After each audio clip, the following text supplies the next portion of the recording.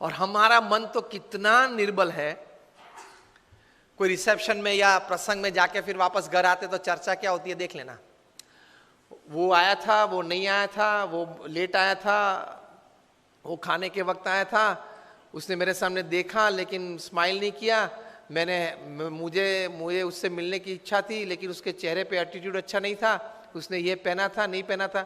2 घंटे तक फंक्शन के बाद घर में यही चर्चा होती है सबके घर में, यस और नो, वे आए थे वे नहीं आए थे, उसके लिए आप फंक्शन में गए थे।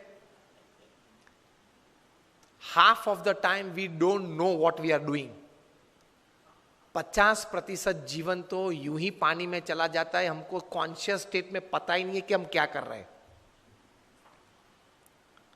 बारात निकलती है तो तीसरे मंजिले पे खड़े खड़े, सुबह में एक तो देरी से उठा है, 10 बज गए हैं तो भी ब्रश करते करते वहां थूक रहा है, स्वच्छ भारत प्रोजेक्ट बिगाड़ रहा है प्रधानमंत्री श्री का, और फिर अंदर आके बोलेगा बारात 20 मिनट तक देखी, दोनों जम नहीं रहे, तो दोनों को जमाने की जिम्मेदारी तेरी थी, और अगर नहीं जमा और कुछ हुआ तो एक की जिम्मेदारी तेरे पे आने वाली है। एटीट्यूड्स हमारे बहुत चीप हो गए हैं।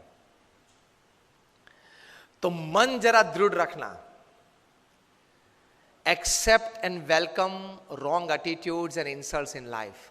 देख तो लो, चेक तो कर लो आप इमोशनली कितने स्ट्रांग है, इमोशनली आप कितने स्ट्रांग है। चेक कब होगा? जब आपका किसी ने अपमान किया, जब आप प्रतिष्ठित हो और पोजीशन पे हो, आप अथॉरिटी हो, फिर भी आपकी मनमानी के विरुद्ध कोई अगर ओपिनियन दे और वो भी मीटिंग में दे और मीटिंग में सब मेंबर्स उनको सपोर्ट करे, whether it is pre planned और spontaneous, that is also different story. उस वक्त आपकी अंदर की हालत कैसी बनती है वो आपके एटीट्यूड पे निर्भर होगा। If my opinion works, I am happy to work. If my opinion does not work, somebody else's opinion prevails, I am more happy to work। तो ही महान बन पाओगे।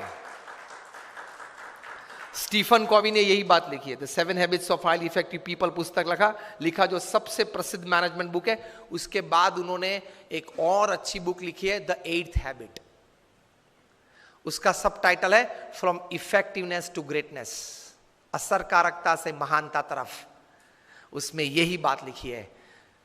स्टीफन कवी आए थे भारत, 5 दिन रुके ये बुक की प्रमोशन के लिए, 4 सेमिनार किए। एक सेमिनार 700 से 1000 लोगों ने अटेंड किया, एक डेलीगेट फी 23,000 रुपये की थी। मुंबई में ओपनिंग हुआ, ओबेरॉय में फंक्शन था, 700 सीट्स थी। 24 घंटे पहले ई टिकट ओपन हुई और 86 सेकेंड्स में, 1 मिनट एंड 26 सेकेंड्स में 700 डेलीगेट्स ने पैसे भर दिए पूरे भारत में से, क्योंकि नाम तो बड़ा था स्टीफन कॉवी।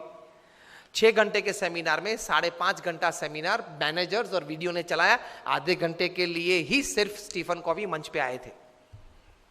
आधे घंटे में 10-12 बार वे एक वाक्य बार बार बोलते थे। वही वाक्य को, वही सेंटेंस को बॉक्स आइटम बना के दूसरे दिन डीएनए न्यूज़पेपर में पूरी आर्टिकल छपी थी। If you have not attended yesterday's Stephen Covey's seminar, you can read this article. It is equally good in the thought process of attending the whole seminar. और अगर आपको पूरा आर्टिकल पढ़ने का समय ना हो तो ये बॉक्स आइटम आप पढ़ लेना। ये बॉक्स आइटम में जो बात लिखी है, that was the sentence that Stephen Covey talked again and again, perhaps more than 10 times in his half an hour of physical presence upon the stage. और वो क्या था? Don't expect others to change. First change yourself, others will follow. वो व्यक्ति मुझे अनुकूल हो वो बाद में सोचना, पहले कौन सी जगह पे मैं उनको अनुकूल हो सकूं वे पहले आप सोचे। This is spirituality in management. Upanishad में ये बात है। All credits to Stephen Covey ये विचार के हिसाब से, लेकिन ये विचार हमारे उपनिषद में है। Don't expect others to change. I am quoting Stephen Covey not just word to word but letter to letter. Don't expect others to change. First change yourself to suit others, and then others will follow.